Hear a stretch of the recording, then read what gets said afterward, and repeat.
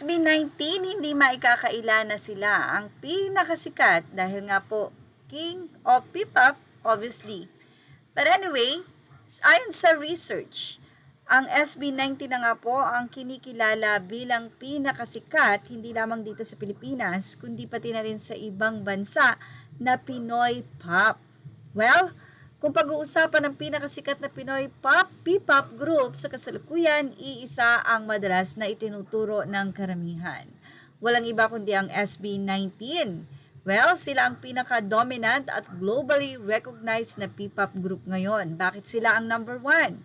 International recognition, naging unang Southeast Asian act na na-nominate sa Billboard Music Awards. Malakas na fandom, 18 sa buong mundo, hit songs tulad ng Gento, Mapa, Go Up, at syempre ang Dungka at marami pa pong iba. Regular na sold out concert sa Pilipinas at abroad. Well, bakit ka ba ang SB19 ang masasabi na pinakasikat? Obvious naman po. Sila ang unang P-pop group na napansin sa international charts. Ibig sabihin na una silang nagbukas ng pinto para sa P-pop sa mundo. Ito ay ang pagnonominate sa kanila sa Billboard Music Awards.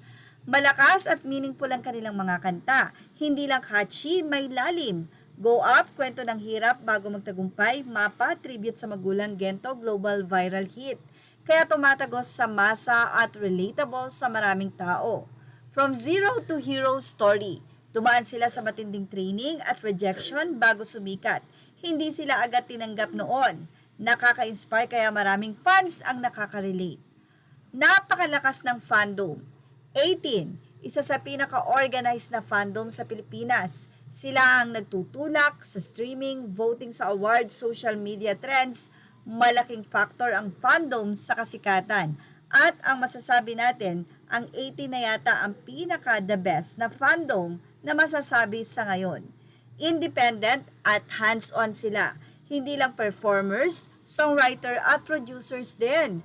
Mas may control sila sa kanilang music at branding. Nakikita ng fans ang authenticity. World-class performances. Kayang makipagsabayan sa K-pop level. Actually, kaya nga nilang higitan. Choreography, vocal stage presence. At ang SB19 lang din ang nagpasimuno nang walang mga backtrack na music. Sobrang legit na legit kapag sila ay nagko-concert. Maridinig mo talaga ang kanilang boses.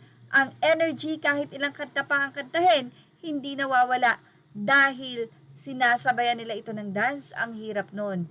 Pero energetic pa rin. Sumikat ang SB19 dahil sa kombinasyon ng talent plus hard work, meaningful music, loyal fandom at global exposure. Hindi lang sila basta uso, may impact talaga sila sa industriya. At hindi din natatakot ang SB19 mag-release ng song kung ito ba ay magte-trending, i-accept ba ito ng mga tao, dahil hindi nila tinitignan kung dapat ba ito para sa Gen Z, dapat ba ito sa love story, or something na kailangan mag-trend ito or i-please kung sino yung mga music na bibigyan nila. No. Isisiwalat ng SB19 kung ano ang nangyayari sa paligid natin, kung ano ang nangyayari sa personal na buhay na araw-araw mong napapagdaanan bilang ikaw ay music icon katulad ng Visa. So, ibig sabihin lang nito, ang SB19, hindi nila tinatarget kung kabataan ka man, dapat love story, kung ikaw man ay Gen Z, dapat ganito. No, nagre-release sila ng kanta base sa nangyayari at sa tunay na buhay na dapat laging may meaning ito, may aral na makukuha at hindi lamang puro love life lang. Yan ang SB19. Kaya naman sobrang sikat sila dahil ang mga kanta nila ay maituturing na may aral lahat. Images or all credit to the rightful owners. Thank you for watching Showbiz Now.